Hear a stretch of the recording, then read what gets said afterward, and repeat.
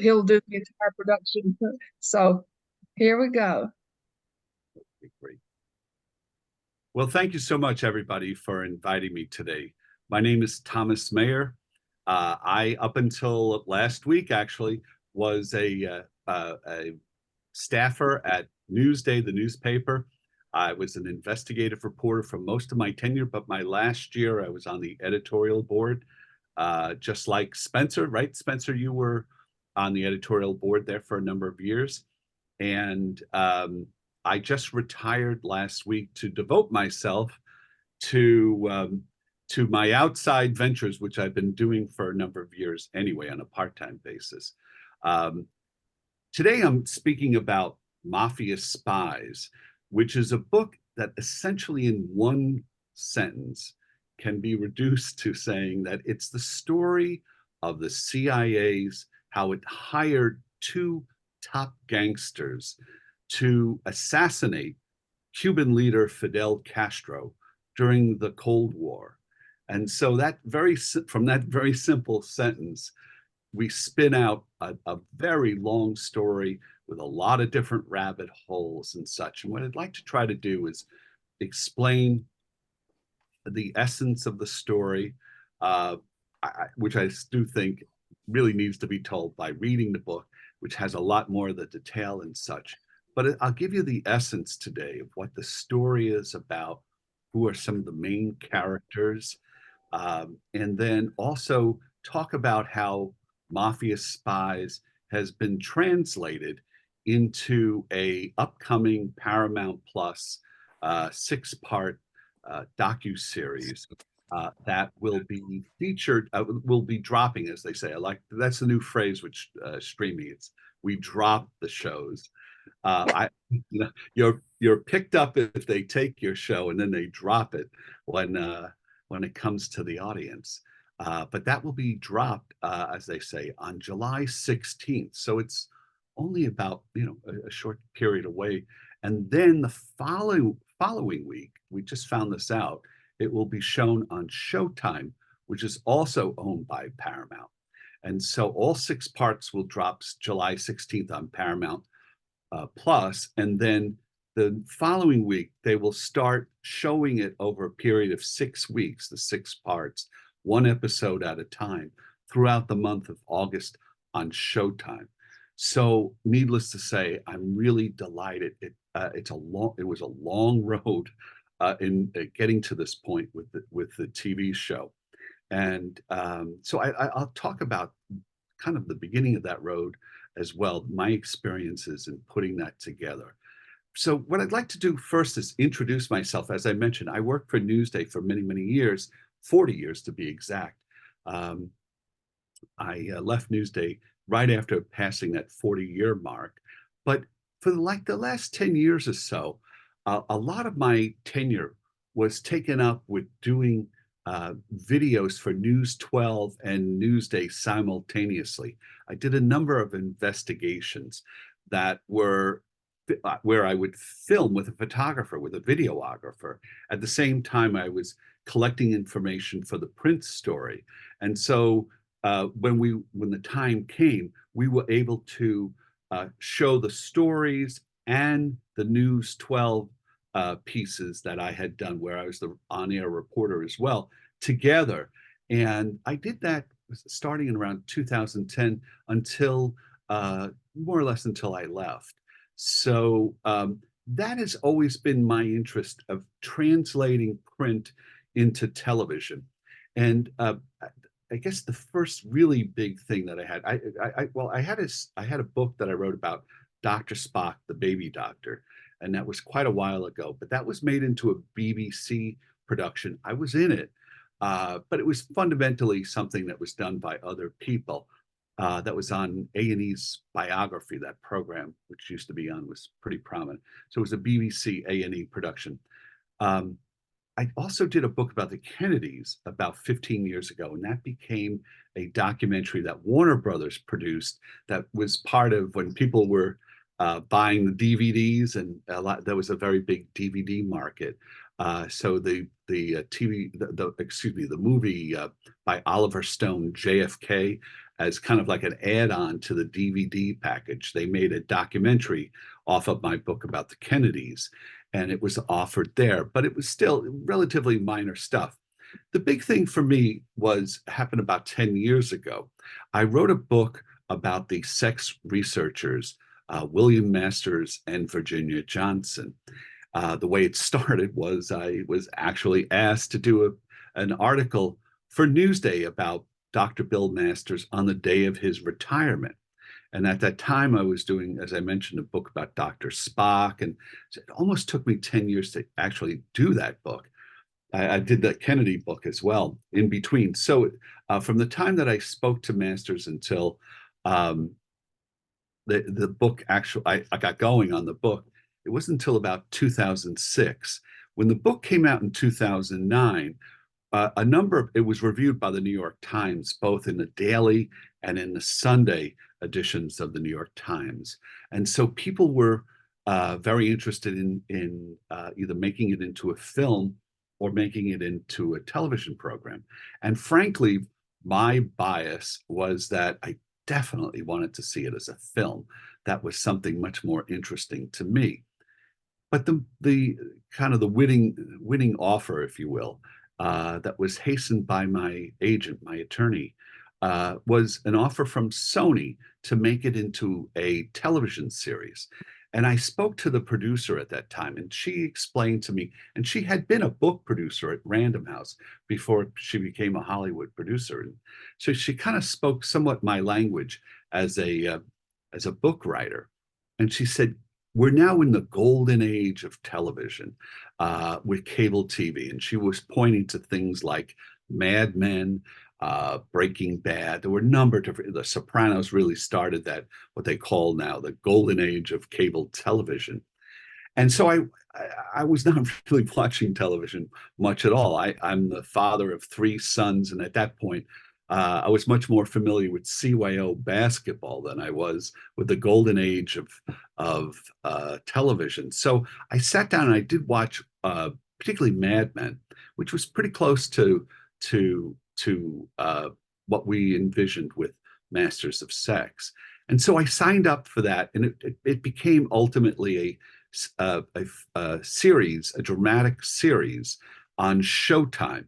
And I learned a lot about the whole process of television. Every year, it was on for 4 seasons. So every summer, my wife and I would go out to Hollywood to the Sony Studios, which is the old Columbia lot. It's in Culver City. And we would hang out for a week or so.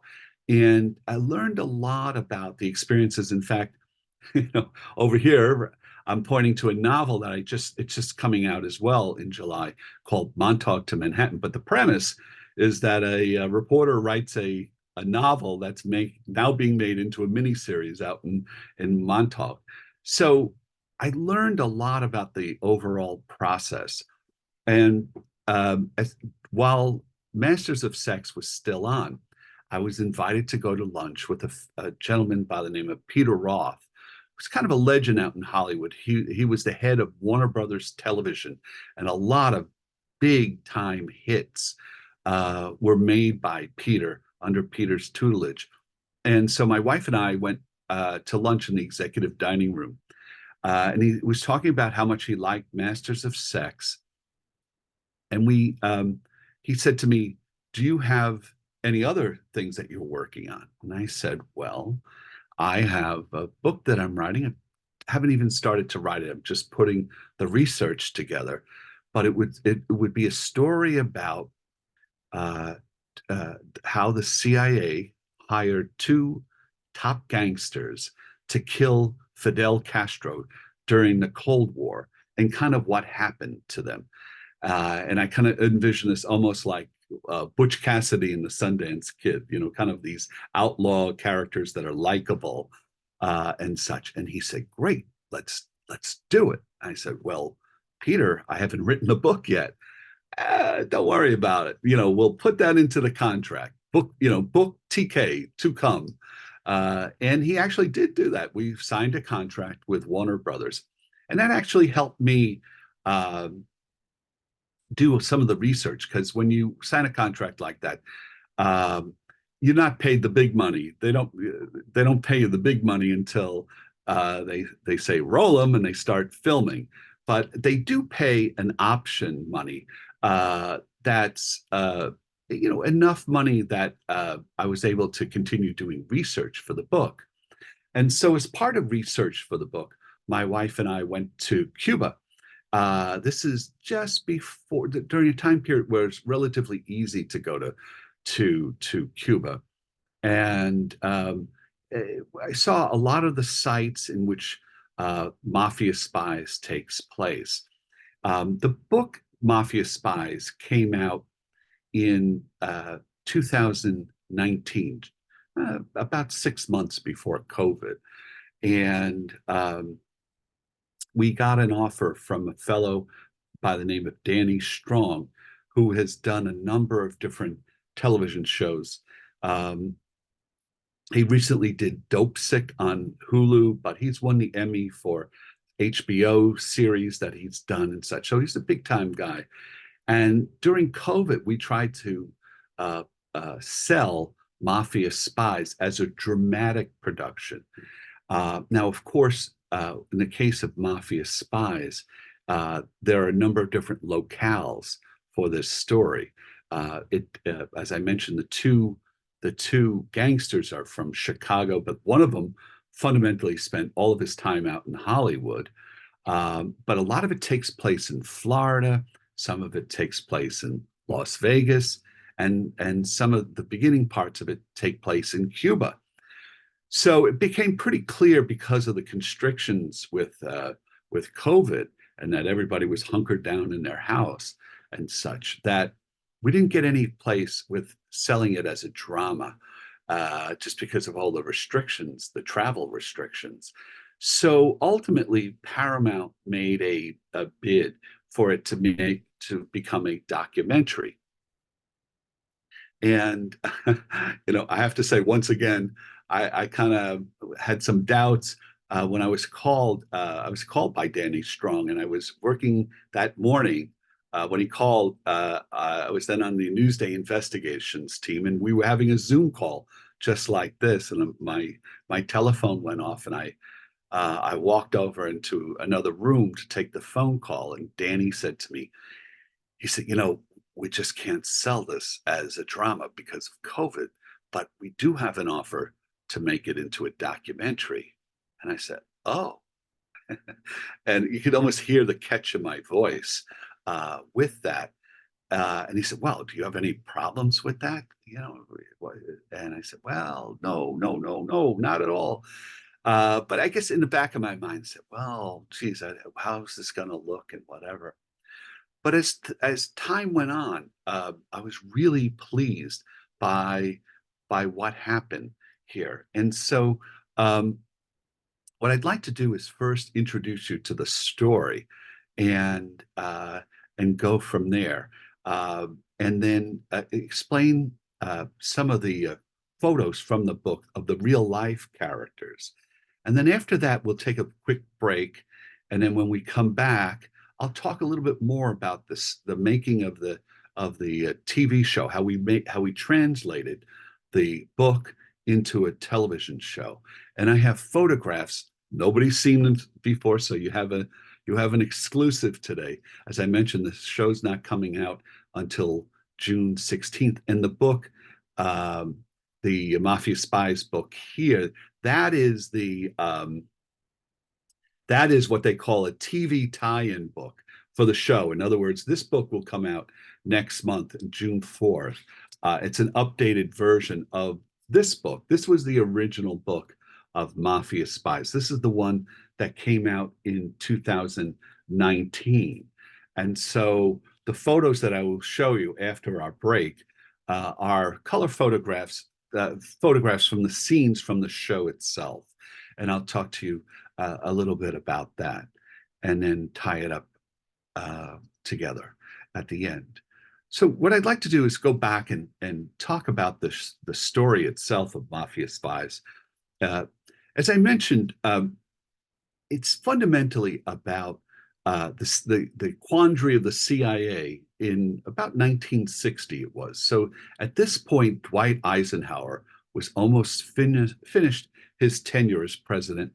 There was obviously the presidential election, Nixon versus JFK. Kennedy winds up winning, and essentially Kennedy inherits two plans from the CIA, one of which they're not even telling the new president about, and that has to do with the Mafia Spies.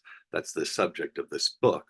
The other one had to do with the plans to invade Cuba, and that results in the Bay of Pigs in the early portion of Kennedy's tenure. But to explain the background of this, I really have to explain two things. One is that when all of this happened in the late 50s, early 1960, there were two things that had happened to the United States. After World War II, we were very dominant. We were the first ones to develop the bomb. But as time went on, our former ally, the Soviet Union, Russia, became our frenemy. And eventually there was a Cold War, as I'm sure everybody knows, that developed between the two countries, a rivalry, particularly over nuclear weapons and who would dominate the world going forward. There were the two events particularly that happened that were of great alarm to the United States. One was the 1957 launch of the Sputnik satellite. Now that was, by today's standards, they send satellites up all the time. But back in 1957, this was the first time humankind had actually reached the outer reaches of space. That Russia, that Soviet Union was now capable of reaching space, and that they had also acquired the atomic bomb, and just the whole prospect of now being in space, possibly with a bomb like that, sent shudders throughout all of official Washington. And it was something that the CIA was told to keep as one of their top priorities. And how do we deal with this? And so that was a big concern. We were very self-assured, and that really rattled our cage. The other thing that happened almost simultaneously, it happened in 58, 59, was the fact that Fidel Castro became the revolutionary leader of Cuba.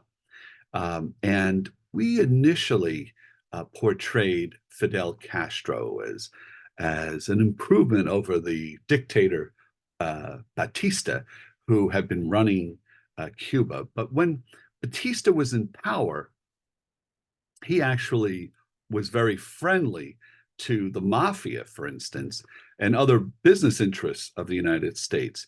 But in the case of the mafia, the mob ran casinos in Havana, and there was one particular casino called the Sans Souci that was run and controlled by our two gangsters. Our two gangsters in this story is Johnny Roselli and Sam Giancana. Sam Giancana was the head of the mob in Chicago.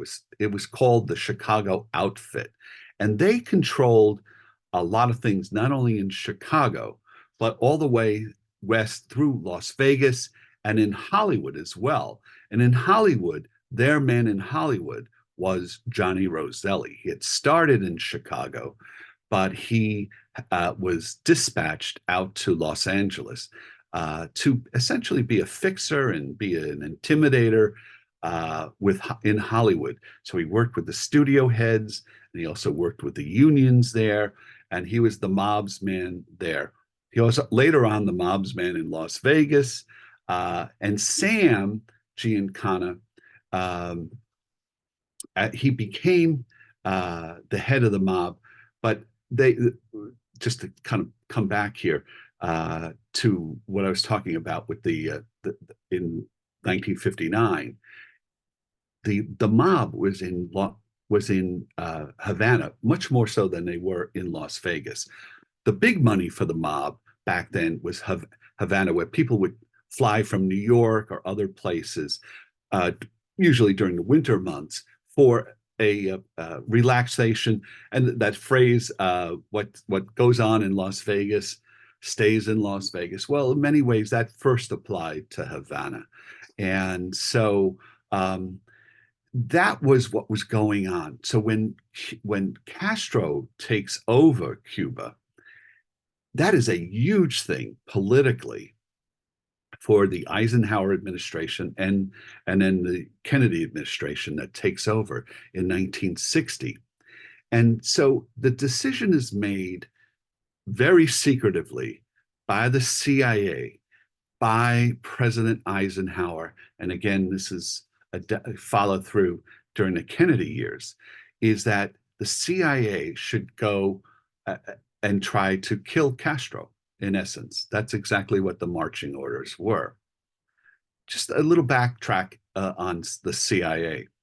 The CIA rose out of World War II, and there was always a concern up until World War II about even having a spy agency.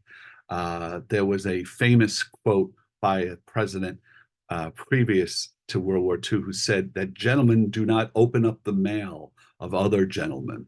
And that this was not, this was something that should not be done. Of course, the Russians and certainly the British with Winston Churchill, they were way ahead of us with spying. So we really did not get moving on creating an intelligence service until after the war. It was Truman that decided to create the CIA. He was very reluctant to do that at first. And they created the agency fundamentally as an intelligence gathering operation. So they would send a lot of Ivy League types out to various different outposts around the world. And fundamentally, we were keeping our eyes on what was going on, both in terms of the local politics and what it meant for us economically, militarily, and such. But it was fundamentally, it was about intelligence. By the late 50s, though, the role of the CIA started to change. And it went from an intelligence gathering operation to also a covert operations. So like when we watch, for instance, on Showtime, the show Homeland, for instance, or a lot of even the James Bond model, you have these, that's really an example of covert operations where it's not just intelligence gathering in a passive way, but we become active agents and we're trying to affect a certain outcome. And that certainly took place during the 50s, but the attempted assassination plans for Fidel Castro were really, really pushing this to its furthest extreme at this point. And so there was a very tight lid kept on all of this by the CIA. And so the whole idea was to try to get rid of Castro. Let me just talk real quickly also about my two characters, Johnny Roselli and Sam. As I mentioned, Roselli, they both started during the time period. They were very young men as drivers for Al Capone in the Chicago of the Prohibition era. And as time grew on, because of Johnny Roselli had tuberculosis or a case of TB, and the harsh winters of Chicago, they decided they should send him out to Hollywood. Sam kind of went through the ranks, and Sam was he got married to a woman who absolutely adored. He put her up on a pedestal. There's that phrase in psychology of the Madonna whore view, which in other words, that men look at women either as playthings or as almost objects of veneration.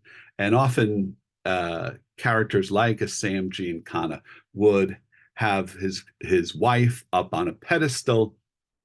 And of course, he had girlfriends on the side, but he had a very traditional, by the mob's terms, very traditional life up until a certain point.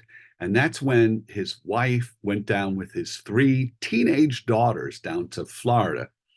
And she was screaming at the oldest daughter, Antoinette Giancana, who is now 89 years old and is in Mafia Spies, the TV show, believe it or not. I'll show you at the end of this a picture of her. But then she was kind of a real rabble rouser, and she upset Sam's wife so much that she had a heart attack. She dropped dead screaming at her kids. Now, any of us who've ever had kids, the idea of dropping dead, having a heart attack because you've been screaming at your kids, I don't know, that sounds vaguely possible, uh, certainly in my life. But it shattered Sam. And so Sam suddenly became a bachelor father with three teenage daughters. And it's during that time period in the late 50s, early 60s, that he becomes more and more good friends with an old friend, Johnny Roselli, out in Las Vegas first, and then in Havana as well. And they're working together in casinos that the mob controls.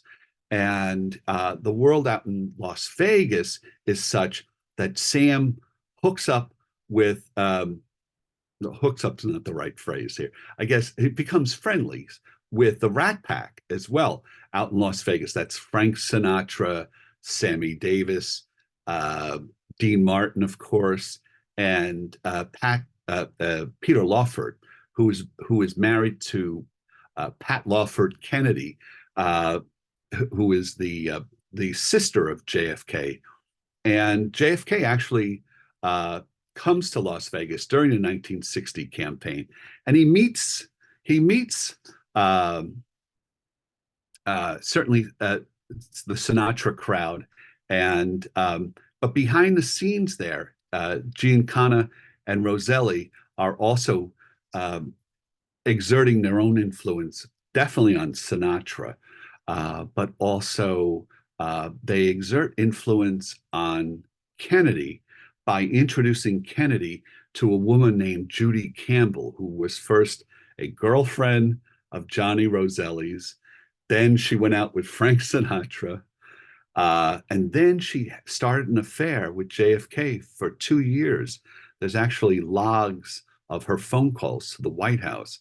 But it begins in Las Vegas during the 1960 campaign. And ultimately, she winds up having an affair with Sam Giancana. So it's a remarkable set of circumstances that are going on there. And I'm giving you in broad strokes who are the major characters in this story. In 1960, Judy Campbell goes down to Florida. She's down at the Fontainebleau Hotel, but it's during that same time period. Frank Sinatra has a show from the Fontainebleau Hotel on ABC. There's actually clips on YouTube of Frank Sinatra and Elvis doing a duet together from that show. But also behind the scenes was the Johnny Roselli and Sam Giancana. And at the Fontainebleau Hotel, at a place called the Boom Boom Room of the Fontainebleau Hotel, the CIA meets. They set up a meeting between a CIA agent, a guy who's like the buffer between the two. His name was Robert Mayu, and he worked for Howard Hughes at the time. But those two, on behalf of the CIA, met at the Fontainebleau Hotel with Johnny Roselli, Sam Giancana, and a third gangster that they were working with, a guy named Santo Trafficante, who was a gangster in Florida. He also spoke Spanish, and so he was very influential in helping them run their casino in Las Vegas. And so when they get together at the Fontainebleau Hotel, and the question is hiring the two mobsters to go kill Fidel Castro.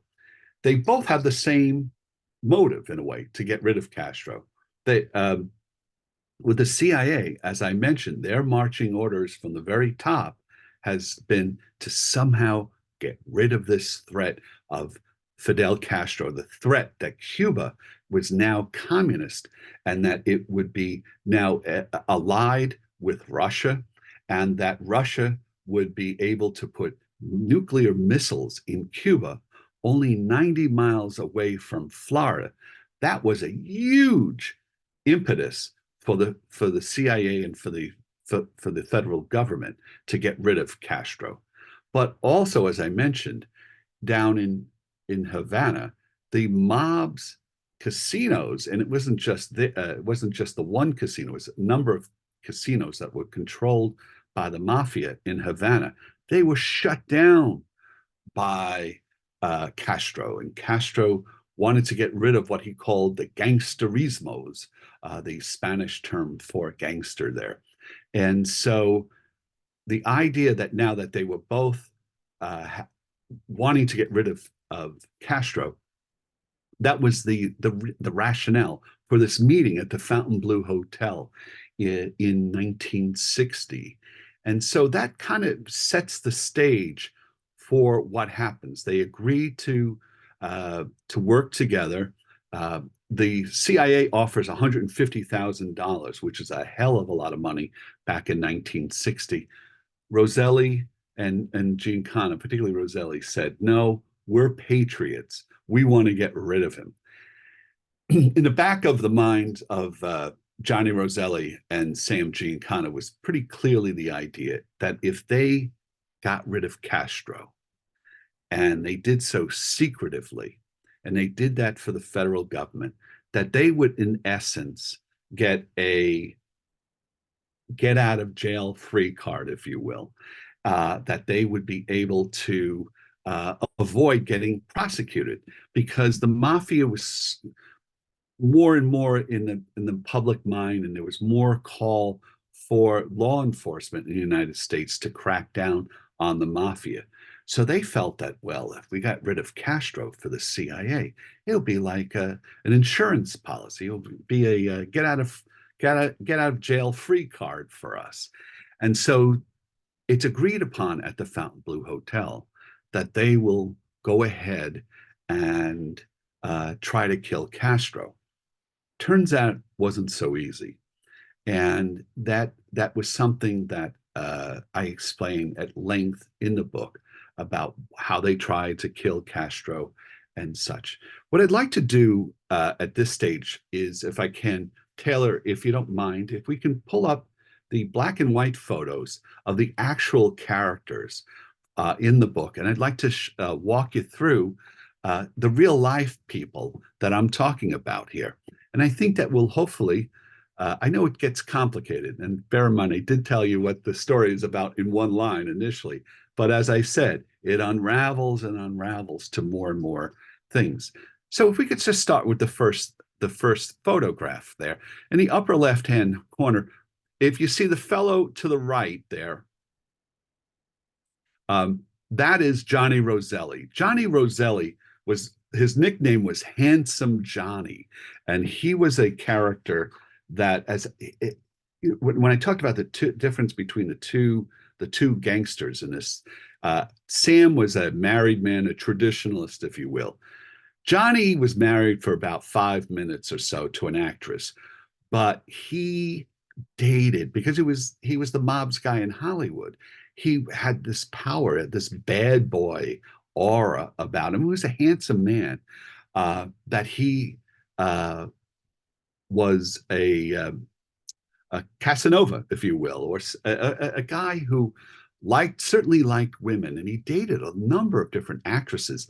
Lana Turner was one of them. The one that really surprised me was Donna Reed, for instance, from It's a Wonderful Life and such. He dated Donna Reed. But that's Johnny, Handsome Johnny, and he's out there in Las Vegas. He's in Hollywood, and then eventually he's keeping an eye on what's going on in Las Vegas. The fellow on the lower right-hand corner, that's Sam Giancana. And as I mentioned, when we talk about the mafia here in New York, there's five families here in New York, five gangs essentially. They call it families, but they're gangs. But there's not a one central New York mafia. In Chicago, there is no different families. It's really the Capone, the mafia that Al Capone cobbled together. Uh, and then after he was sent away, there were a succession of other mobsters. But by 1960, the most powerful mobster in the country was this fellow, Sam Giancana. He was the head of the Chicago mob. And it was the revenues that the Chicago mob got from all of its different ventures, illegal and legal, were comparable to a Fortune 500 company, according to all of the experts at that time. And he was in charge of it. So that's Sam Giancana. If we could move to the next page, I'd like to, Taylor, if you got to, there we go. Now, when I was talking about the CIA, the fellow with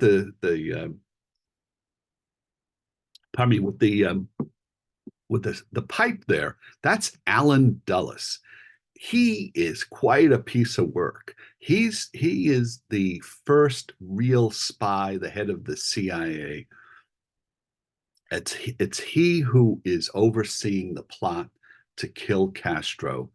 He, like a lot of other CIA members of that time period, Alan went to Princeton, others went to Yale. There were a lot of Ivy Leaguers who were part of the CIA during that 50s and 60s. This was an opportunity for a lot of people to go see the world. You live like a king, living abroad and such. So the CIA was a very appealing place for a whole generation of post-war World War II people in the 50s and 60s, and he was the head of it. He actually was a terrific spy during World War II, and he was pretty legendary in his own right. But he also realized that the role of the CIA, if the president asked you to go kill somebody, that you were to do that in strictest confidence. People will use code names and even discreet and cryptic phrases to eliminate people or saw off was another phrase for getting rid of Castro. And he oversaw that. And Alan Dulles, when John Kennedy was killed in 1964, JFK was killed in 63, but the Warren Commission in 64 that was put together by LBJ included Alan Dulles. And there's a really interesting piece of information that I'll talk about at the end of this talk that has to do with Alan Dulles and what he did and did not say. But this was a huge operation for the CIA. The photo right below that, that's Alan Dulles with Richard Bissell, the fellow in the middle, standing right next to President Kennedy. And then later on, John McCone to the right, he became the replacement for Alan Dulles. Alan Dulles was replaced by JFK after the Bay of Pigs. In other words, when JFK became president, he inherited a CIA plan that had been started under the Eisenhower administration, overseen by Dulles, which the exiles, people who had fled Cuba, primarily middle class and upper middle class people, rich people who had fled Cuba when the communist Fidel Castro took over, they came to Florida and they wanted to come back and reclaim Cuba. And so the CIA was training a number of Cuban exiles how to become soldiers for an invasion. And that invasion took place in the first few months of Kennedy's administration. It turned out to be a disaster for a variety of reasons. The CIA actually thought that not only would the exiles invade Cuba, but that the United States would be forced to provide air cover for them. And that's where Kennedy as it was happening, drew the line. He decided not to do that because he felt that if the United States overtly was involved with air cover, that would prompt World War III, that between the United States and the Soviet Union. So those are the fellows from the CIA. When because of the Bay of Pigs fiasco, Kennedy gets rid of Dulles and he replaces him with McCone. McCone doesn't find out, even though he's the head of the CIA. It takes him about a year to find out about the secret plan to get rid of Castro. That's how secret this plan was. Anyway, Taylor, if you could just move on to the next page, I just want to explain. Well, there he is, Fidel Castro. Uh, how we handle Castro is very illuminating, I think, for anybody who studies foreign policy. Even like, for instance, I think it can apply to how we handled 9/11, or even how the Israelis currently are handling the crisis in the Gaza Strip. By this, I mean you have to do a lot of your homework, and you have to really understand where people are coming from, and you also have to not jump to fast conclusions. And that's certainly part of I think, the takeaway with Castro, because initially the press, the New York Times, did a number of stories saying that Castro was good for Cuba, that we were getting rid of the dictator Batista, and that Castro would be a liberator. But it turns out he really was in line with the communists, and he became a dictator in Cuba almost within months of taking over in Cuba. And that photo right below Castro there is a picture of Castro's brother Raul, who's also a big part of his government, a big part of his regime, having an impromptu execution squads. This was a photo that was taken, somehow smuggled out. But that's a photo of the type of justice that was being meted out. So there's certainly people who, particularly on the left, who will say, well, Castro was good because look at the health service that he developed in Cuba, or that he also was more equitable in terms of the country's resources with particularly people who were on the farms and such, the agrarian society, the poor people of Cuba. That's only marginally true. Of course, Cuba, Castro actually hoarded some of the riches from the country and put them in Swiss bank accounts, as we later found out.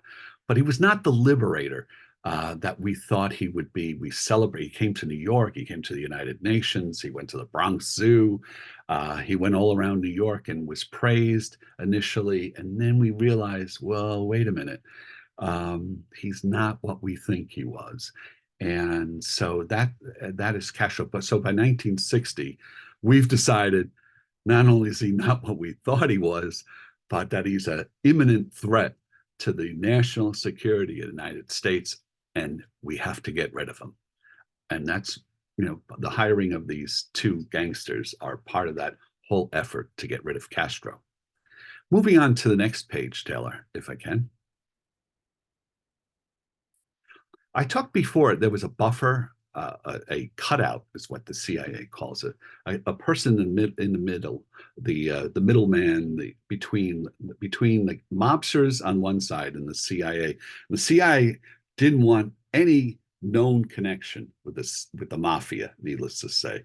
So they had to have a buffer, a cutout, as they call it, and that was Robert Maier, who was one of the most amazing characters. He was a fixer for Howard Hughes, who was then the richest man in America.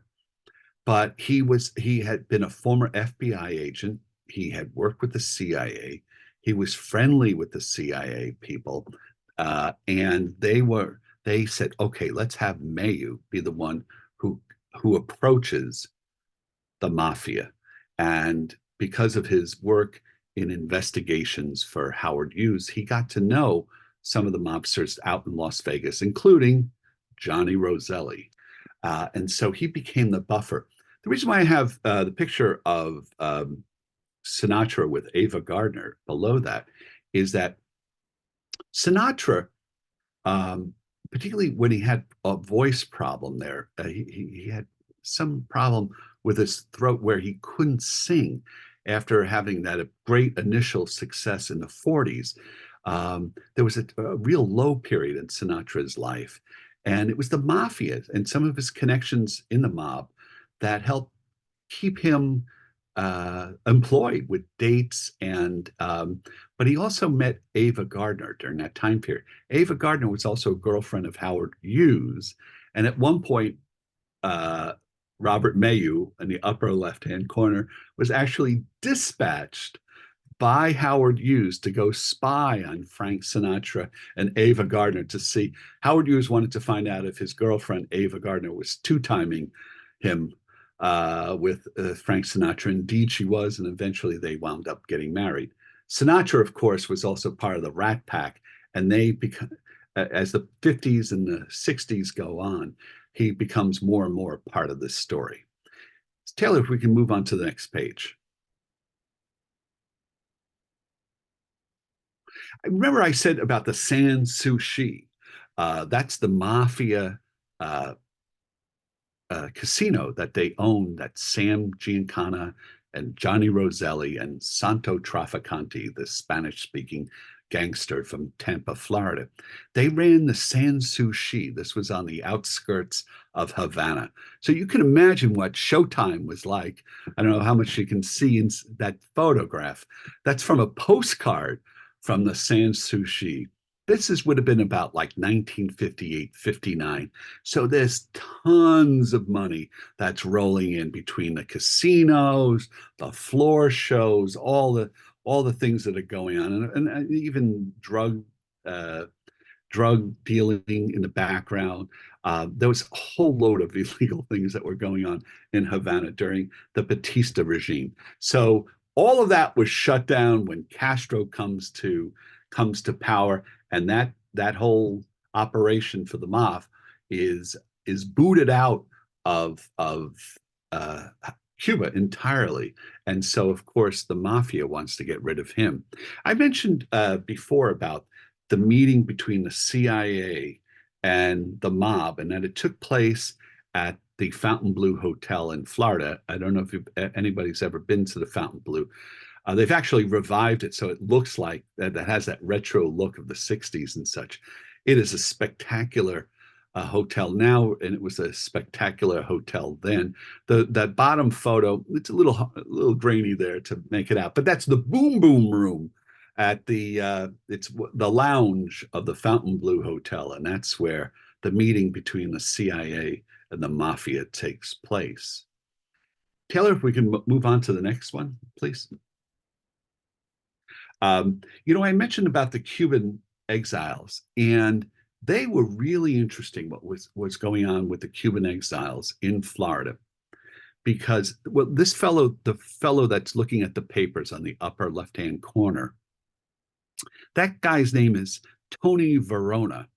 And he was one of the characters that dealt with the CIA, and he was an exile leader. But one of the things I found in doing my research, particularly in papers that have been released in the last 5-10 years that pertain to the assassination of JFK, but although there really isn't any big revelation out of those papers that came out over like the last 5 years about JFK's murder. What for my purposes, those papers were very illustrative about what was going on with the CIA, both in Cuba and particularly in Florida. I was really surprised that during the Kennedy administration, there was a big operation that the CIA had down in Florida, right by the Miami Zoo. And they dealt with characters like this fellow, Tony Verona, who was an exile from Cuba, really wanted to get rid of Castro. And he was given a great deal of money, some of which we never could find out where that money went, but he was kind of a wheeler dealer. Another person that was more actively involved is the picture below that that's of course President Kennedy and Jackie Kennedy. But let me first bring your attention to the people that Jackie's looking at there. There's two gentlemen in with dark hair in army uniforms, and the gentleman, uh, uh, I guess the third from the left, um, his name is Manuel Artim, and Manuel Artim was a very handsome fellow, very photogenic, but he was like the face of the Cuban exiles, and he was part of the army that was sent over with the CIA training and during the Bay of Pigs. And the Bay of Pigs was such a fiasco, and that Castro had such an intelligence network already in Florida that he knew that they were coming for the invasion in Bay of Pigs. And Manuel Artima here was part of that army. He and about 100 or so people, or I forget the exact number, but well over 100 people, were taken as prisoners by Castro. It was such a fiasco. And they were held for a number of months. And President Kennedy fired the head of CIA, Allen Dulles, because of the Bay of Pigs. But there was a big negotiation between the United States government and Castro. And in return for a lot of humanitarian goods and services and relief that we provided, Castro gave up the hostages. And so when they returned, including this fellow Manuel Artim, there was a big celebration of their return at the Orange Bowl in Miami, Florida. And President Kennedy came down and he addressed the large Cuban American populace there. You can see it's loaded with people. Jackie Kennedy spoke Spanish, and she addressed the Cuban exiles, including Manuel Artim, and said that she hoped that someday that her son, JFK Jr., would grow up to be as brave and as courageous as they proved to be. Taylor, if we can move on to the next photo. Just to give you an idea, this is a photo I wanted to just put into the book. This gives you an idea of the level of poverty that was in Cuba during the Batista regime. And so on one level, you had these very fancy casinos and hotels that were built by the mafia primarily for rich Americans who would come down. And yet a lot of that wealth was not shared by the poor people in Cuba. And I think that photograph kind of captures some of that. The map below that is a map from the CIA. It's actually at the JFK library that I got it from, but it's a CIA document that essentially illustrates that an atomic bomb shot off from Havana, the range that it could go, depending upon what type of missiles they were. But essentially, you could see there was now a gun at the head of the United States that at least it was perceived by the United States. And let's be realistic, with very good reason, this perception.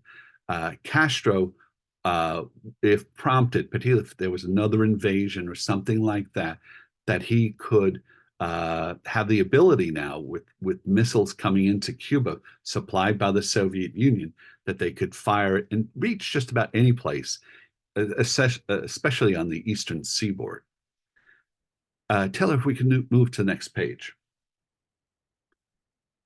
J. Edgar Hoover. Now, there have been movies and plenty of books. In fact, I think this past year, the Pulitzer Prize winner was another biography of J. Edgar Hoover, a man of many secrets. And he ran the FBI, our domestic law enforcement agency, and an intelligence agency as well. there was a point in his career where he was hoping to run the CIA as well. And Truman said, no, thanks, you've got enough power. But in this case, during the 1960s, he was really embarrassed by a big convention of mafia guys in 1957, upstate New York. It was called the Appalachian Conclave. And a local cop just was wondering, well, why do we see all these out of town license plates at this place? And it turns out they realized there were all these mobsters, including Sam Giancana, in upstate New York at this convention. And it wound up on the front page of the New York Times when the cops raided it.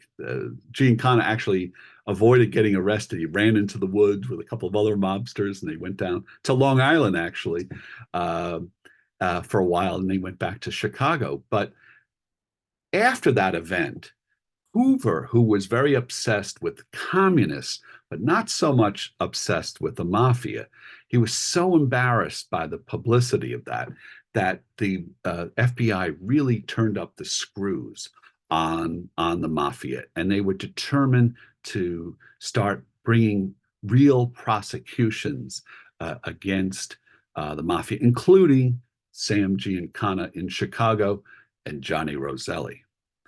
The photo below that is, of course, JFK. JFK decided to put his brother in as the attorney general. And there were like jokes made about, well, he could use a little bit of training or whatever. And what better place than being an attorney general and stuff like that. The role of Bobby Kennedy, who I grew up admiring, I still admire him in many respects, despite what his son is doing now. Bobby Kennedy was the attorney general.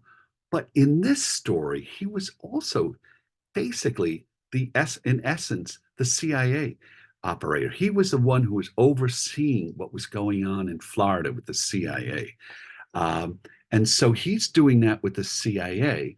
But Hoover, because of the wiretaps that they have in Chicago, he gets wind of, and in Las Vegas, he slowly gets wind of the fact that JFK is involved with a woman named Judy Campbell, and that Judy Campbell is also involved with Johnny Roselli and particularly Sam Giancana. And the idea that that Hoover, who would keep dossiers on all of the politicians, that he now had in his files the fact that JFK was having an affair out of the White House with this woman, Judy Campbell. At the same time, she was also hooking up with Sam Giancana, the head of the mafia in Chicago. That was incredibly reckless on JFK's part, but it was also incredibly volatile politically. So Hoover held a lot of the aces in this story. If we can move forward, Taylor, to the next.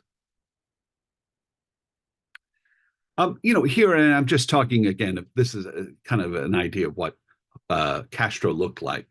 He became almost an iconic figure with this look, with the cigars and such. Che Guevara, who was one of his lieutenants. There's a famous photo of Che Guevara that wound up on the T-shirt of virtually every young person in the late 60s. I think a little bit misguided about what Che Guevara was really about, but he became kind of a leftist hero. And Castro became a dictator in Cuba.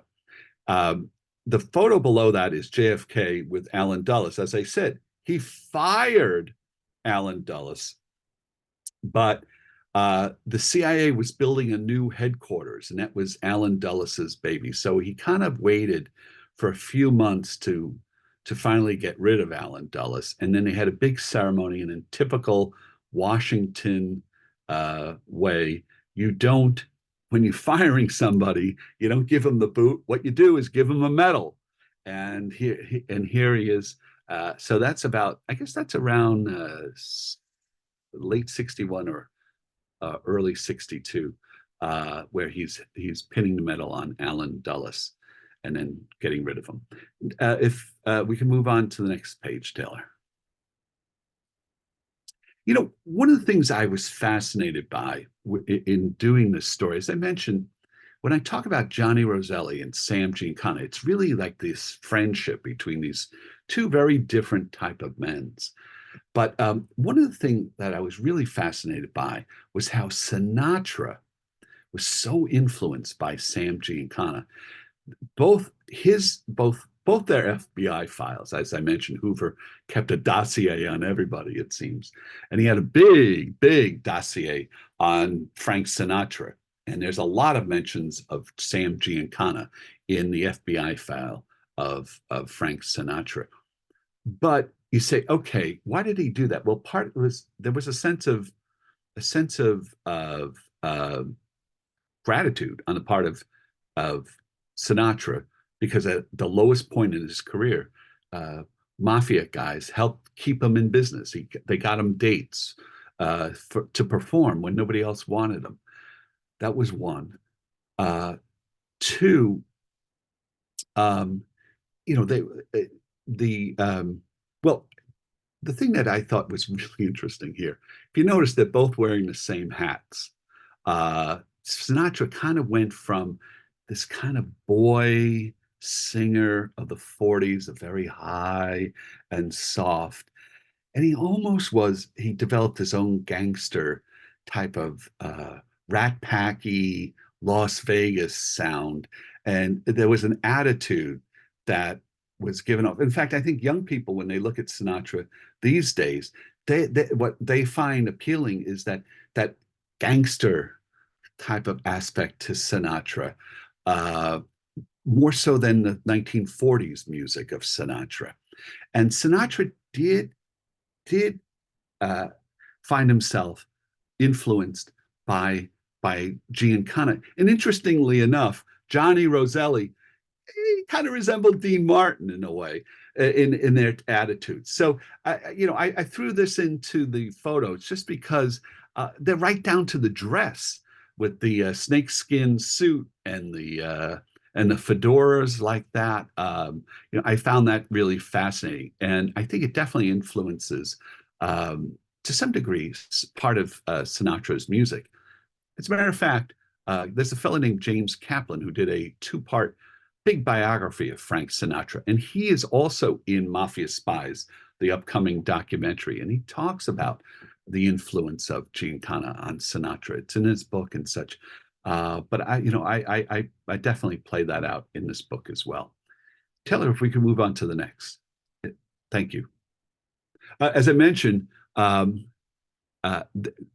there, the first woman in the upper right-hand corner, I said that Johnny Roselli is kind of this Casanova fellow. He was married to June Lang, who's the photo in the upper right-hand corner. She was an actress. They were married for, I said 5 minutes, maybe 6 months in reality. I think she thought it was a good career move, getting married to somebody as powerful as Johnny Roselli. I think he wanted her, I know he wanted to have her stay at home and cook lasagna, whatever stereotypes you want to use there, but stay home, have kids or whatever. And that marriage blew up in a relatively short period of time. Johnny Roselli was not the marrying type, but he really did love women. And it's interesting how his relationships with various different women, including Judy Campbell, and how that played itself out in the course of the book, I think is really, really interesting. In the middle of the book, in the middle of the page here, excuse me, is the Maguire sisters, who were a big act during the 1950s and 1960s. And the woman in the middle, is Phyllis Maguire.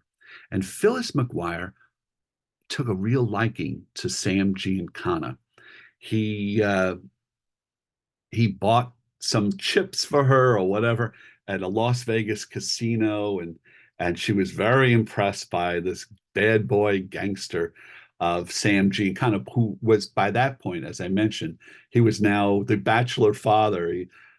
His daughters were still growing up in Chicago, but he came out to Las Vegas a lot, and he starts having an affair with Phyllis Maguire. Now, if you were if you were another gentleman interested in any of the women that Sam Giancana was interested in, you were in essence taking your life into your own hands, because Sam was not only a very violent person, but he was also a very jealous person. There was a legendary story in Chicago that's recounted in the book about one gentleman who took a shine, if you will, to a girlfriend, only a girlfriend of Sam's, who locally in the Chicago area, and that guy suddenly went missing and was never heard from again. In Las Vegas, Phyllis was performing uh, along with her sisters, the Maier sisters, and if you notice in the lower uh, the photo in the lower left-hand corner is Dan Rowan. And Dan Rowan, you may remember him from Laugh-In and whatever, but he took a shine, if you will. He started courting Phyllis Maier in Las Vegas, and word got back to Sam. Sam was down in Florida helping Johnny Roselli train the Cuban exiles to go kill Castro. So down in Florida, there they are at a illegal CIA encampment where they have a big training ground where they're trying to teach all these people who have fled Cuba to go back and kill Castro with them. And Sam's down there with the CIA in Florida when he gets wind that Dan Rowan is trying to secure the affections of Phyllis Maier, and he goes crazy, and he's going to go to Las Vegas and just kill him. And instead, Johnny and the CIA, Bob Mayu, they say, Sam, look. We know a private detective. You don't know it's true. What you're hearing is true. So why don't we have our detective go and check it out? So the detective goes, and while the Maier sisters are performing, the private detective goes into their hotel room and puts a bugging device into the telephone of Phyllis Maier to see whether or not she really is having some type of affair with Dan Rowan.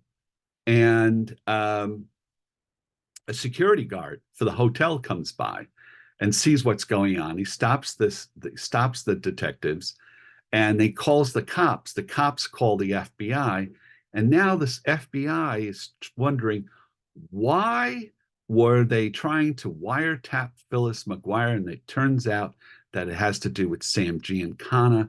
And the FBI starts to decide to go after Giancana, and so the FBI is finding out more and more about the CIA operation that's going on secretively down in Florida.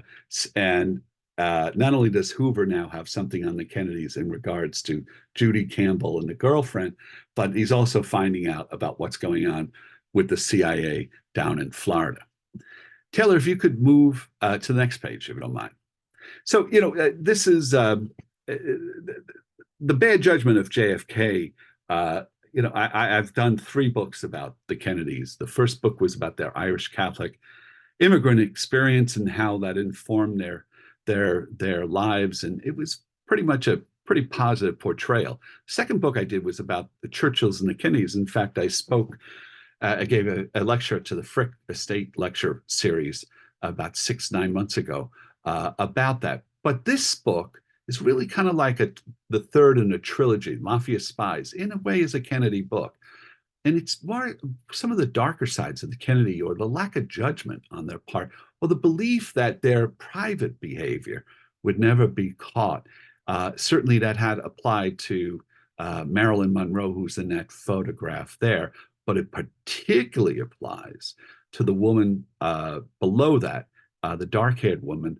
That is Judy Campbell. She later became known by her married name, Judith Campbell Exner, when this finally comes out in the 1970s. But that's Judy Campbell, and she was described as kind of like a Elizabeth Taylor lookalike, and she was indeed a beautiful woman. But she was a young woman who came from a fairly affluent family in Southern California, became what they called a party girl, and was having a lot of fun. I mean, she was with Frank Sinatra and all the president of the United States. So, I mean, we learned more of what it's like to be seduced by the powerful people with the Clinton thing with Monica Lewinsky, and this was kind of shades of that as well. Taylor, if we can move to the next. This is just kind of an asides that are in the book. As I mentioned from the very beginning, I could boil this down to one sentence, but there's a lot of rabbit holes. And part of the book deals with the mob in Chicago. The person, the head, the senior retired mafioso in charge of the Chicago outfit before Sam Giancana was this fellow, Tony Accardo. And Sam's activities with Phyllis McGuire, particularly, gathered so much attention that that they eventually remove Sam Giancana from his position, and he winds up going to Mexico to deal with their international operations. And it's Tony Accardo who said Tony Accardo put Sam Giancana as the head of the mob. He'd be kind of handed over the reins to him. He retired, and he said he felt that Sam Giancana, because he was a married man then with 3 daughters, he was a suburban mafioso, that he was a tough guy, but that he would stay low because they all learned from Al Capone, like John Gotti. If you live a big life in the papers, if you get a lot of headlines, that's going to draw a lot of attention by law enforcement, and eventually you're going to sow the seeds of your own demise there. And so basically that's Accardo in the upper left-hand corner there. That's what he says to Sam. He says, I'm handing this off to you, but keep a low profile. And Sam does just the opposite of that. One of the reasons why Sam is so powerful is he has a lot of people who are killers. And the fellow in the middle there, that's his name. His nickname was Mad Sam. He actually had a torture chamber in the cellar of his home. A lot of Mafia Spies is about violence. In the same way I did a book about Masters and Johnson about love and sex on one side of the human emotional spectrum, the other end of the human emotional spectrum, this aspects of violence, all-American love of violence that we see in our entertainment and such. The reason why I put people like Mad Sam is to remind us that not only am I dealing in this book with state-sanctioned assassination, but also just sheer killers and people who a guy like Sam he loved killing. And so he was kind of the muscle for the mob, for a guy like Sam Giancana. When he wanted to get rid of somebody, a guy like Mad Sam was the one to get rid of them. The other fellow, just real quickly, is a guy named Richard Kane, and he was a double agent. He was both a cop in Chicago, but secretively he was working for Sam as the head of the mob in Chicago. Taylor, if we can move to the next page. Later on, down in Florida, the CIA puts their most fabled spy in charge of the Florida operation. They called him the James Bond, the real James Bond of the FBI. I mean, he was more like Jackie Gleason in appearance, but that is Bill Harvey, William Harvey. And he became really good friends with Johnny Roselli. And so in the attempts to kill Castro, they worked very intensely together. The person below that is Richard Helms, who later becomes the head of the CIA. But he was one of those people that held the secret, that knew what was going on, the attempts to kill Castro. Lyndon Johnson didn't know about it until about the third year of his presidency, and Helms was the one who told Lyndon Johnson about it. And Johnson realized, oh my God, we're running our own our Murder Incorporated is what LBJ's response was about this. If we can move to the next page. And there we are with LBJ, and the fellow with the bow tie next to LBJ in the upper right, the color photos. There's Allen Dulles. Now, Allen Dulles had been fired by JFK, but after JFK was murdered, LBJ asked Allen Dulles, at the suggestion of Robert Kennedy, through another intermediary in the Justice Department, that they put Allen Dulles on the Warren Commission. And so the Warren Commission was set up to review, as we all know, JFK's murder. Clearly, Lee Harvey Oswald was the main and perhaps the sole, at least from what we know, the sole assassin of JFK.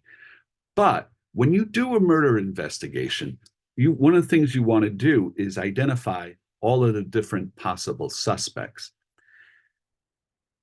Castro said a few months before the assassination, he actually said this in interviews that he gave to the press. He said, I know they're trying to kill me. I know they've tried to kill me.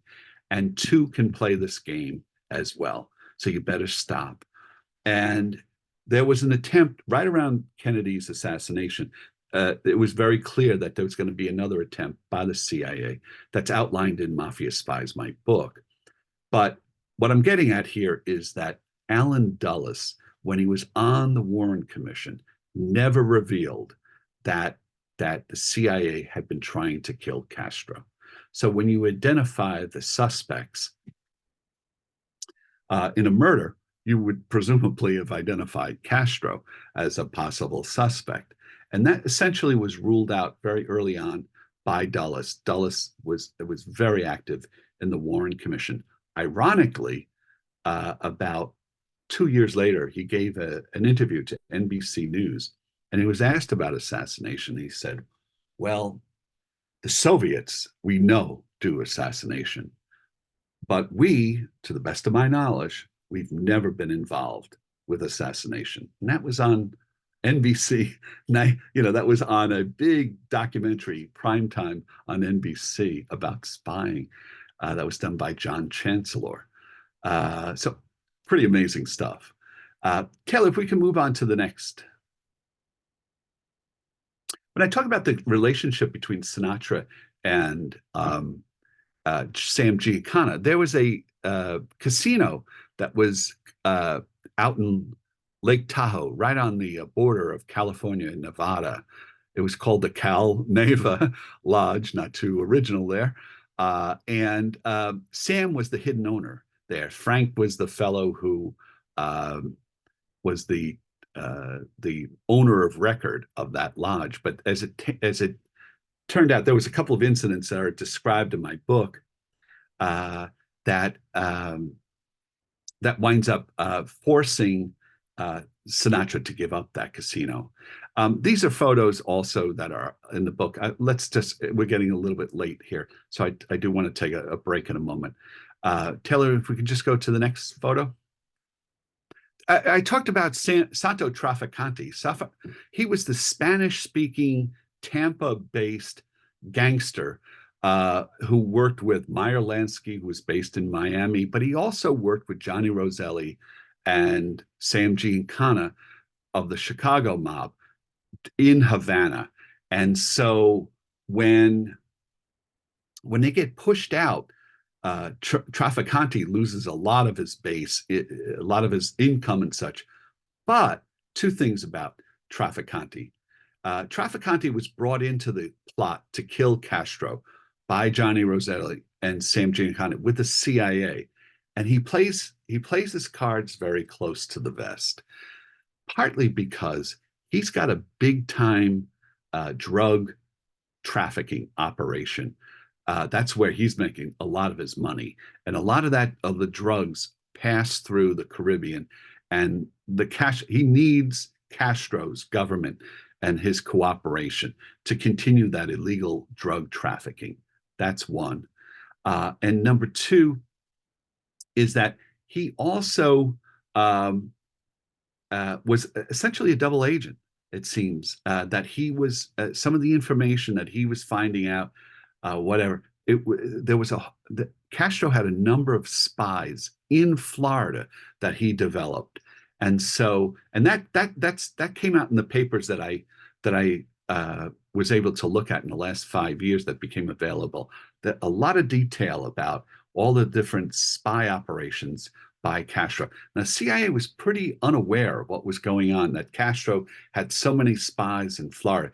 That didn't really become known until later on, the 70s and particularly the 80s, where as things developed, they learned more and more about how Castro was able to know what was going on in advance. And that's a big reason why Castro was able to evade the various different assassination attempts on him. It was remarkable. It wasn't that he was a cat with many lives. He also had a pretty good spy system that he had set up with the help of the Russians, who knew what they were doing with spying.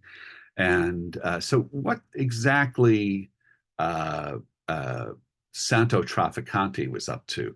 He's one of the last men standing in this story. And if we can go to the last one, or I think that is the last one. Oh no. Okay. Yes. All right. So that's the end of the story.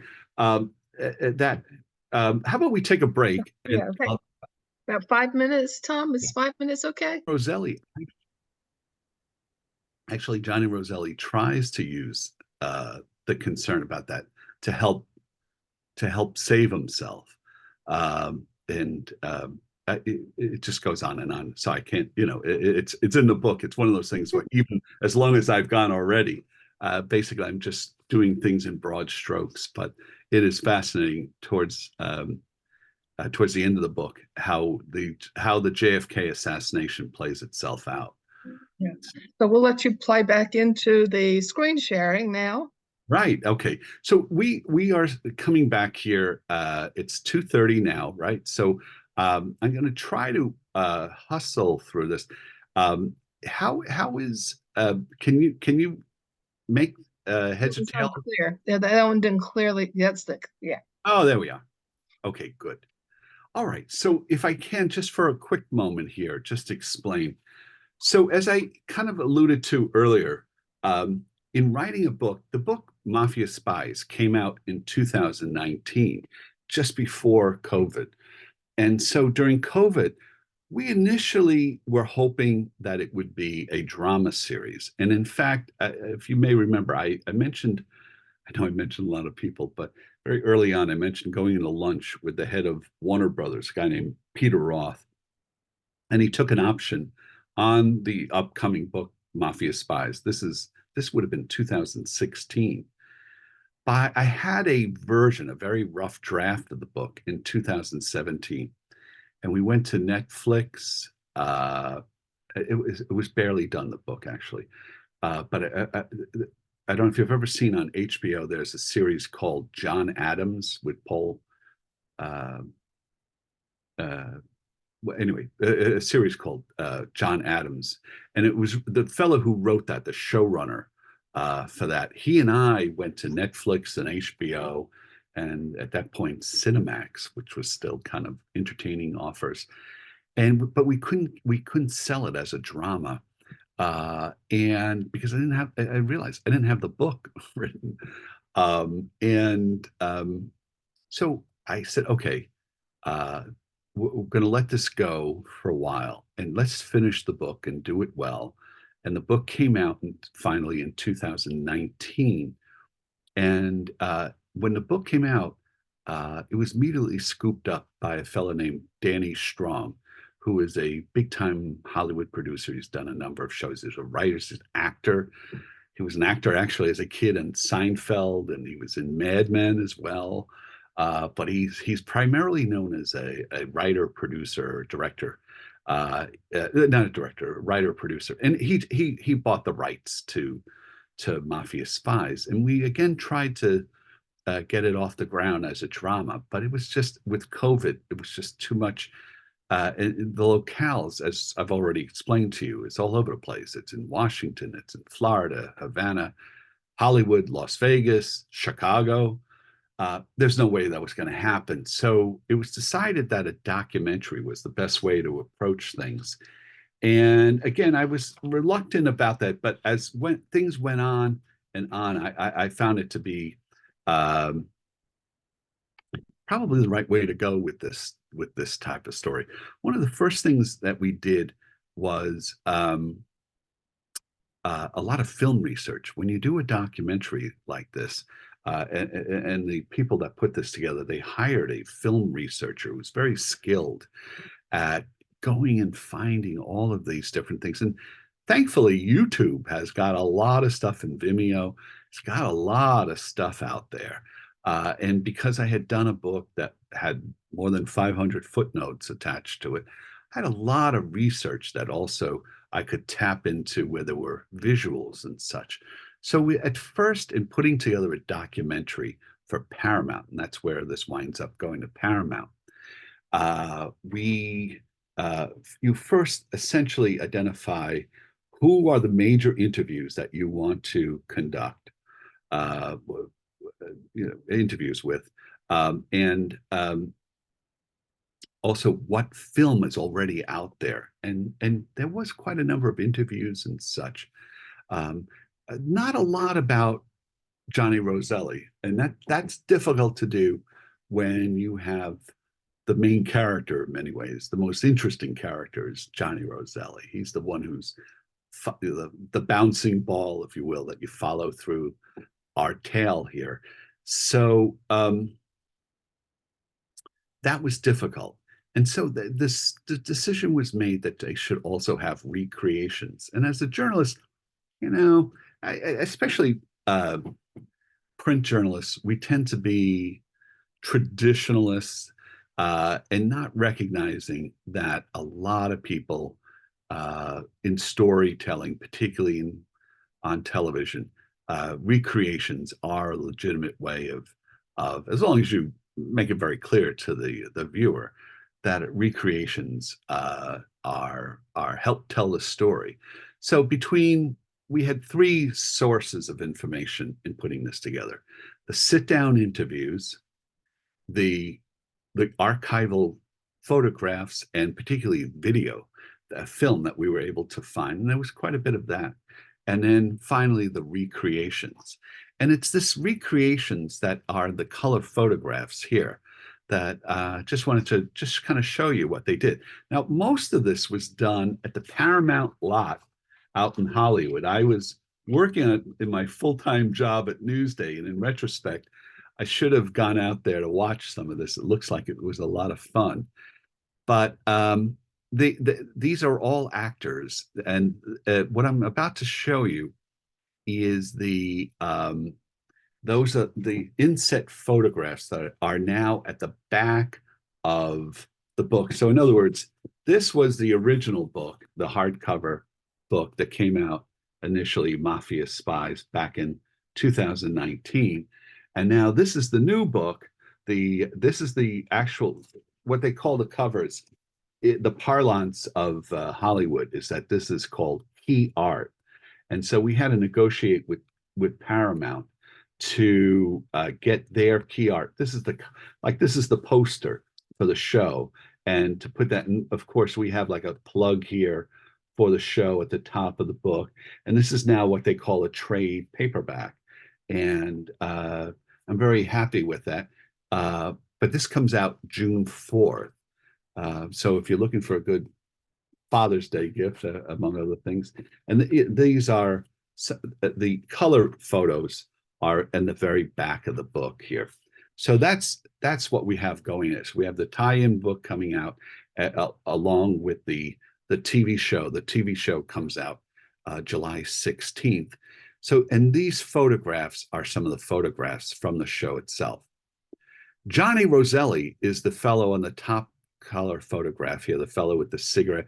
You know, it's still kind of fun in a bizarre way, I guess, to see people smoking like this, and that whole 1960s look there. But there's handsome Johnny Roselli, the actor, that actor that's playing Johnny Roselli here. Uh, was in 4 episodes of The Sopranos. And actually, because this was done for Paramount, we were also able to use 3 clips from The Godfather, the actual, both Godfather 1 and Godfather 2, actually. 3 clips from the Godfather saga that are in our documentary with Paramount's permission. There's reference to that in some of the interviews that are done with various different experts. The fellow below the Johnny character is, of course, Sam Giancana, and that kind of explains, it kind of repeats as well, what was said in the black and white real life photographs of the people in an inset earlier part of what is now this new book. But in any event, if we, Taylor, if we can just move on to the next one.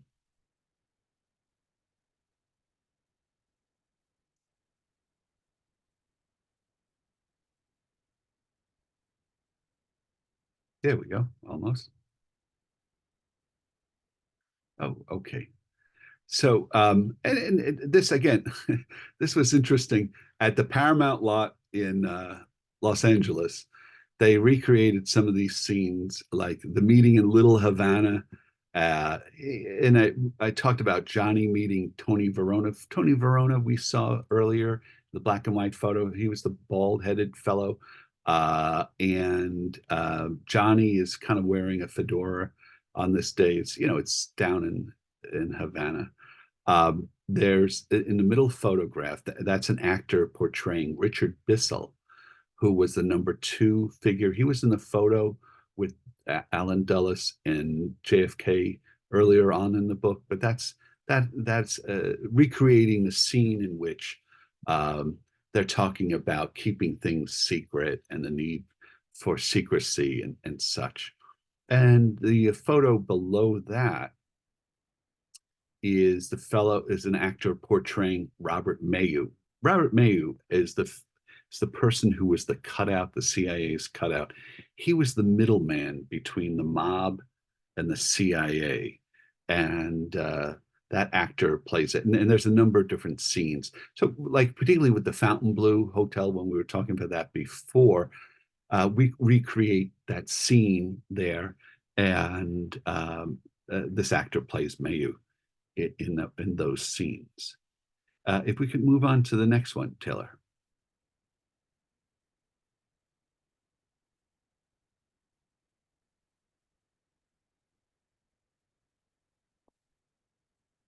And he's a little bit darker, but I had mentioned before in Chicago with J. Edgar Hoover, the head of the FBI, he was very determined to try to crack down on the mafia.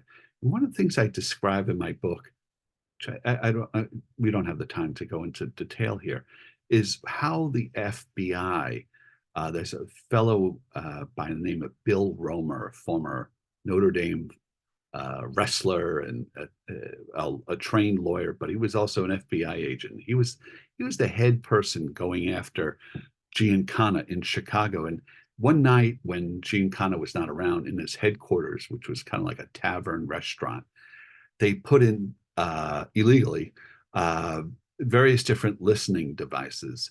This was happening around 1960. So 61, in that time period. So there weren't as many legal restrictions. They knew that they couldn't use it in court, but later on there were more restrictions on the use of illegal listening devices on people. But you can still do that with a court order. There's plenty of investigations that have been made by the FBI, but what you have to do is justify the reason why you're doing that. In this case, they didn't have to justify anything. So they picked up a lot of intelligence about the FBI, including they got wind of what was going on, that somehow this mafia guy in Chicago was involved in a plot to kill Castro. And also, yeah, again, this is the picture of the bottom picture there is of Johnny Roselli and Sam together, and trying to evoke that friendship between this outlaw friendship between these two gangsters, and the whole idea again. I've always had in mind the Butch Cassidy and the Sundance Kid. These people were pretty terrible. Don't get me wrong. Actually, so were Butch Cassidy, the real Butch Cassidy and the Sundance Kid. They were killers as well. But there was a level of friendship. There was a journey that you're going on with these two guys who are friends, and what happens to them is something that's really shocking at the end of the book. But we wanted to evoke that the friendship with these type of scenes. If we could move on to the next one, Taylor, please.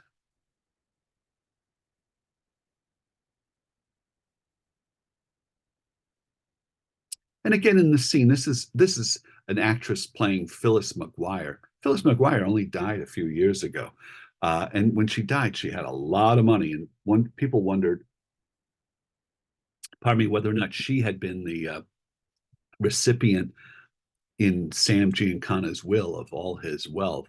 She certainly died with a lot of money. But this kind of captures that romance between these two out in Las Vegas. She had a big estate outside of Las Vegas for many, many years.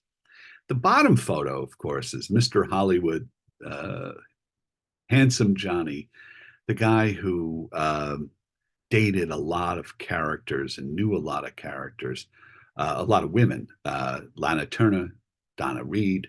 He knew Marilyn Monroe as well. Johnny was quite a character. And again, he was a fixer for the studio heads, a guy named Harry Cohn, who was the head of Columbia Pictures. In particular, he was close to him. If we can move on to the next one, Taylor. These are some more photographs of the scene. One is Johnny working with the exiles down in Florida. The bottom photograph is Johnny talking to Bill Harvey, who was his CIA agent overseeing. Bill Harvey again overseeing all the things down in Florida, the attempts to kill Castro and get rid of the Castro government that were based in Florida for the CIA. Bill Harvey was the quote unquote James Bond of the CIA, handling that case. If you can move to the next one, please, Taylor. Again, this is this is a scene. There was one point in the book where the mafia was really upset with Desi Arnaz because of the show The Untouchables, which was a big hit in the 1960s, but the mafia guys felt it was disparaging to Italian Americans. And so there was actually a plan to kill Desi Arnaz. And what happens to that, I describe in the Mafia Spies book, but there's a scene with that as well. The bottom photo is a actor portraying Santo Trafficante. Again, he was quite a character. He is a double agent. He's a mafia don. He's in charge of gambling in Tampa, the numbers racket, stuff like that. But he's also the fellow that deals with Johnny and Sam in Havana until they get kicked out by Castro. Taylor, if we can move on to the next photo.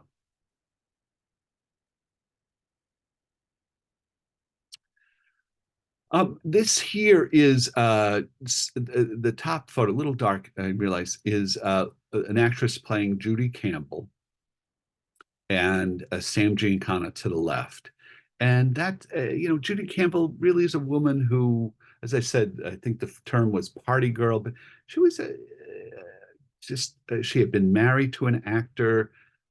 She kind of fell into this high, fun, incredibly rich crowd in Las Vegas, the Rat Pack and such. And so she's kind of caught in the middle, and then she starts this affair with JFK. So this is a scene from the show that recreates some of that. And the picture below is just it's just a favorite of mine. That's Johnny Roselli in all of his splendor, his suave Hollywood splendor. He's not the usual mobster type of character. He was a real he was the mob's guy in Hollywood, and he played it to the hilt. If we can move on to the next one.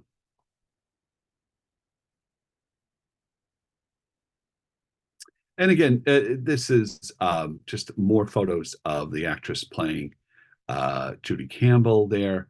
And again, this is Judy in the middle with dealing with Johnny Roselli. Judy becomes pregnant at a certain point, and it was in her obituary that the child she had an abortion, but that the pregnancy was caused by Jack Kennedy. And actually, they put that in the New York Times obituary of Judy Campbell, believe it or not.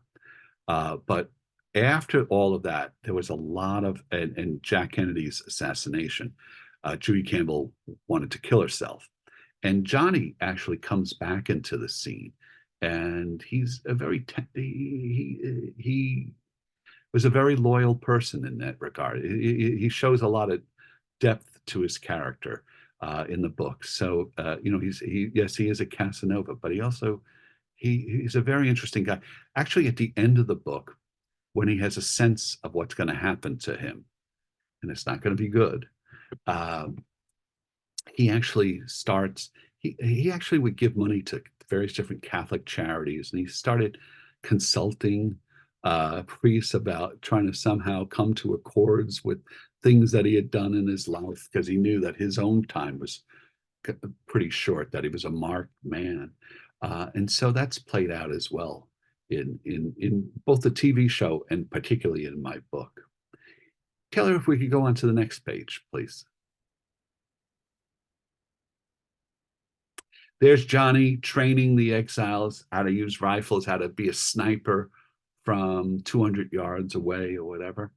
And then on the bottom is a confrontation between Bill Harvey and Bobby Kennedy in the Attorney General's office, where they're arguing. They were like two dogs growling at each other. Harvey thought that Bobby Kennedy was a rich kid who was essentially a dilettante, and he didn't know jack shit, to use that phrase, as a spy. And Bobby wanted instant. He wanted to know why things were not happening in Cuba. So this is one of their fights that they had reenacted in a recreation here. Taylor, if we can move on to the next one, please. And again, just really quickly, this is Phyllis. Oh my God, there's a quote. Yeah, there's a wrong name there. Anyway, oh, that's funny. The person playing Phyllis McGuire there. There's a picture there, and the middle picture is Johnny. He's asleep at night, and that's when he finds out that JFK has been killed. So we find out that there's a scene that's recreated there, and then when I said Judy Campbell wanted to kill herself, actually Johnny takes her out to Palm Springs, and they drive out there, and that's a scene there. If we can move Taylor to the next one, please.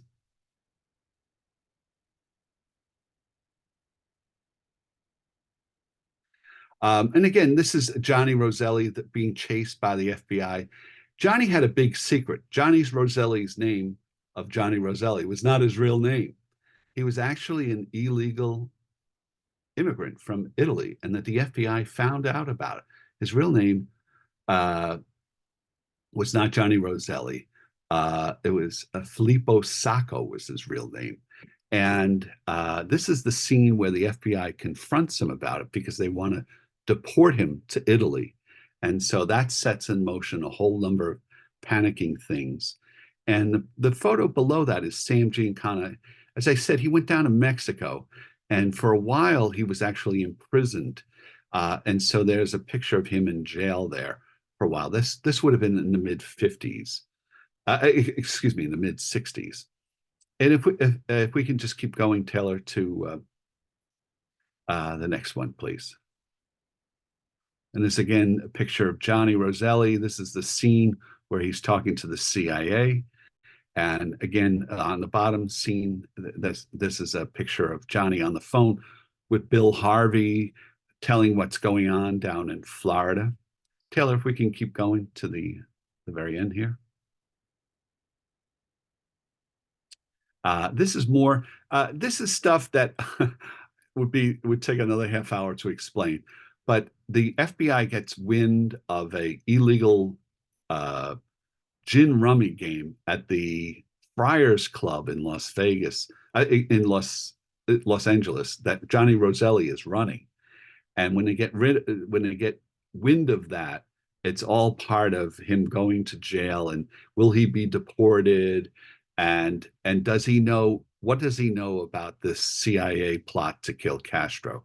And that comes up increasingly in the early 70s. First, there's winds of it during the Watergate investigation, but by the mid 70s, the Senate has a series of hearings in which they look at the CIA's role and what they were doing, and they call as witnesses Sam Giancana and Johnny Roselli. Taylor, if we can move to the next page. And what happens to them? Sam winds up being tossed out of Mexico because they find out what's going on with him, and he winds up going back to Chicago.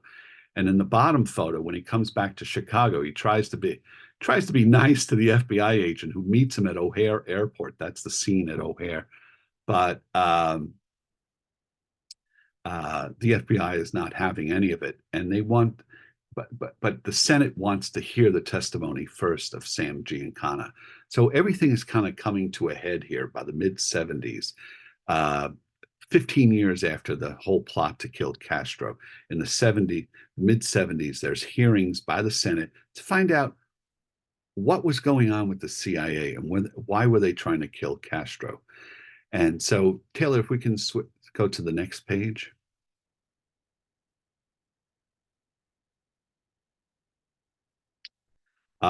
There's a lot of foreboding around this time. In fact, Johnny has a meeting in the photo above with a guy named Jimmy the Weasel Fradiano, and Jimmy the Weasel, who was pretty well known mobster. He's warning him. He says, Johnny, they want to kill you. The mob is really upset about what has happened here. You never told some of the other top officials in the mafia, and they're really upset and they want to kill you.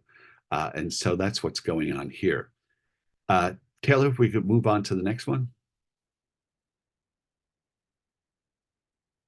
And this is the final page here. This is the two top photographs. I was talking about Antoinette Giancana. She's now 89 years of age. She put on her pearls and her black outfit in Chicago, and we interviewed her. That's Antoinette Giancana.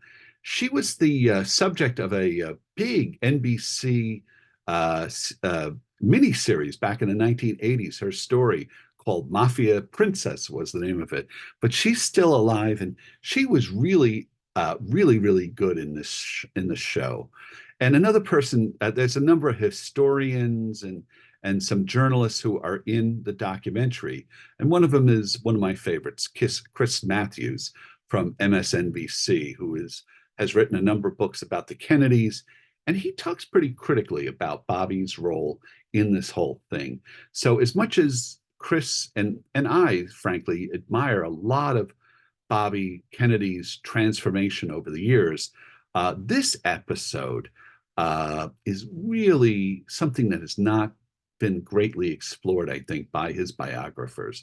And I think this book really does put the light on what exactly happened.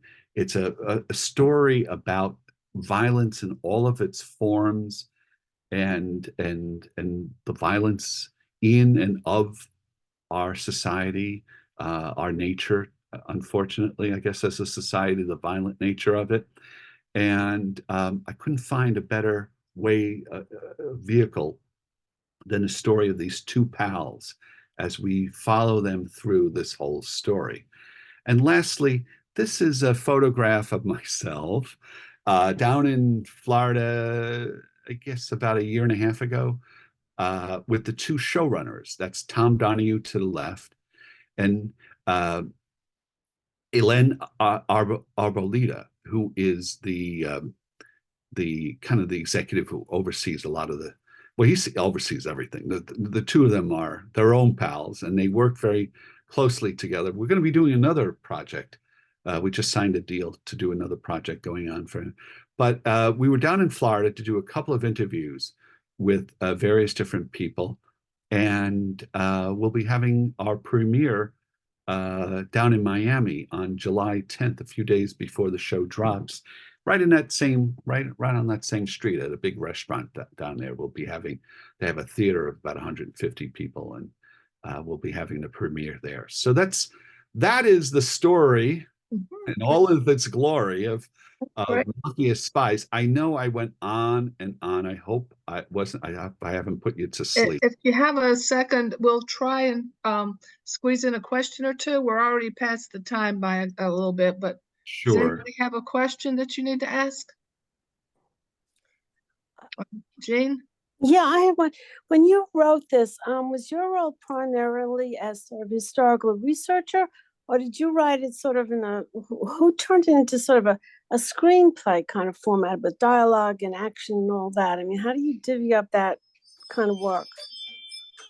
Well, from the very outset, I've been doing books for 30 years. And from the very outset, I've always been told, try to do your research so that there's as much cinematic quality to the scenes as you can, so that people, it's in the theater of the mind. You want to have enough description so that people can see those scenes. But it was, as I mentioned at the outset, about 10, 12 years ago, because of my experience at Newsday with doing video and documentaries for Newsday and for News 12, I got more and more into that. And then Masters of Sex, I learned a lot about Hollywood there. And I was still a newbie when I started, but and I still am to some degree. I'm still fundamentally, I'm a book writer, but I'm aware more and more of what it takes to be a producer. And so the book itself, Mafia Spies, though, was translated by the showrunners, the two fellows those last two photos. So they threw out a lot of stuff. And I kind of knew that 6 hours is a lot of time, but there was stuff that was thrown out. But they very much got to the essence of it. I think it's a terrific portrayal of the book itself. And I'm sure you imagined as I went on and on about the details of this is one of those stories where you kind of enter when I say the CIA hired two gangsters to kill Castro. And from that simple sentence goes a number of different passageways and such. And so they did a good job, a really great job, I thought. I think it's one of the best spy mafia documentaries I've ever seen. They did a really good job. Linda had a question, I think. I have a question. Sure. It seems to me that the CIA in their plan got foiled because, first of all, nobody was able to get to Castro. Actually, he lived to a very elderly age. And so that seems to be quite the failure on the CIA's part, because they couldn't figure out how to not get spied on down in Miami or Southern Florida, or maybe Northern Florida too, whatever that situation was. So I would say the CIA was pretty bad at this thing. No matter who they hired, they couldn't seem to get it done. And I think we lost our dear President Kennedy because of the failure of the CIA here. So all in all, I found it totally fascinating, very illuminating, and a perspective that I didn't have before. So thank you very much. And also, thank you. I loved the your first major cinematic work when it was first on, the Masters and Johnson show. I thought that was beautifully done. And also a different perspective than is in the common, media, whatever, about what they were doing. And they tried to, the media tried to naysay it and say he wasn't really a great doctor. And of course he was. And so thank you for all that work. Yeah, well, thank you so much. It was a great deal of fun with Masters and Johnson. The Masters of Sex show was just so much fun. And Sony, they do such a first-class job with it. So we had, my wife and I would go out there and we'd sit right behind the directors at like two little church mices, watching everything and took it all in.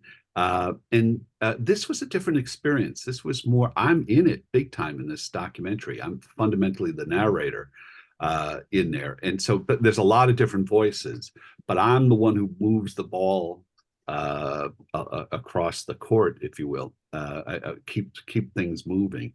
And they did a good job with me too. I mean, it was 3 days of interviews in a former speakeasy in Manhattan. And by the third day, my head was spinning.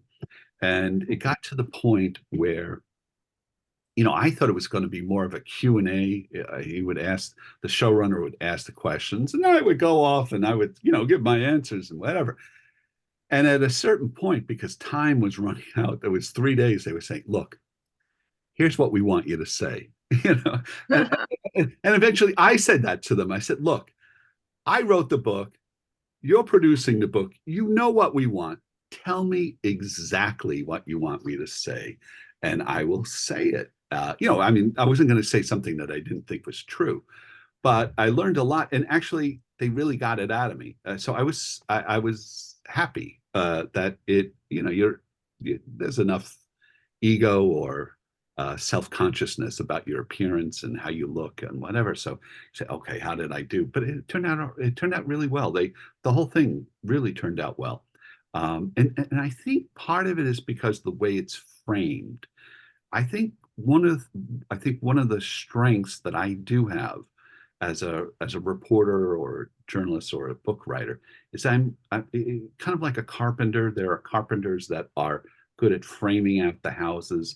And there are also carpenters that could do the indoors. They're really good at the indoor things, and The finished work. The finished work, that is, as you know, it's probably like 2 or 3 times the amount. They do the framing very quickly. Well, I'm a pretty good framer. And so doing the framing of Masters and Johnson there, or particularly with this, I first started off with Sam Giancana, because as a kid, I worked at the Chicago Sun-Times as a reporter, and there was a murder of a big-time mobster out there that I was called to just basically go to his house and just report on whatever I saw. But it made a real impression upon me. And, I just, with this, I wanted to, with a documentary, I wanted to make sure that it was accurate, but that it would be something that would be acceptable both in the journalism community, but that it would be really entertaining. And I think that's what it is. It is very entertaining.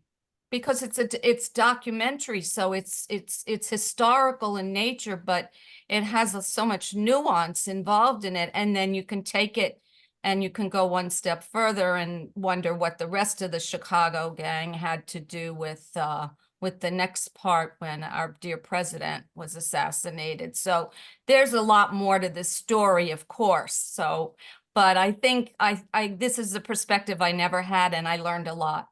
Oh, great. Great. And Hannah has something. Hannah, you unmute. I got one question. Unmute, Hannah. That Wait, means Hannah. Hannah, you have to unmute. Okay. Okay, you got it. having lived through all of this, having, been alive when all of this was happening, and being part of the population, seeing it from afar, it was very fascinating. But I did want to really compliment you because, ostensibly you're talking about the assassination attempt and focusing the story about it, but it's really a history of the time.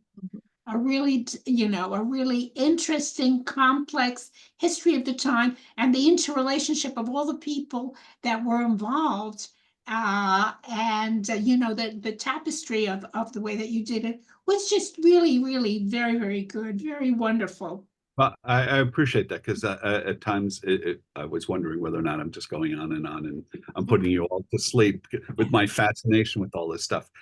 The thing that the aspect of the book that I think is particularly timely is about assassination. After the hearings about Johnny Roselli and Gene Khanna, the Senate hearings, there was a real ban that was placed by Gerald Ford on any type of assassinations by the United States. I remember. The reason why Dulles said yes is because he had been a spy in World War II, and there was always there were a couple of attempts to kill Hitler. In fact, I'm working on a new spy book that's coming out next year, and that comes up in the discussions. It's more in the World War II era, and but there were attempts to kill Hitler that were discussed.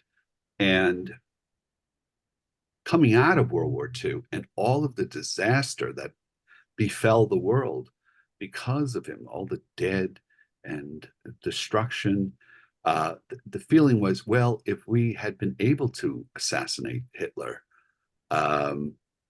would we have saved so many lives? Would the world have been a better place?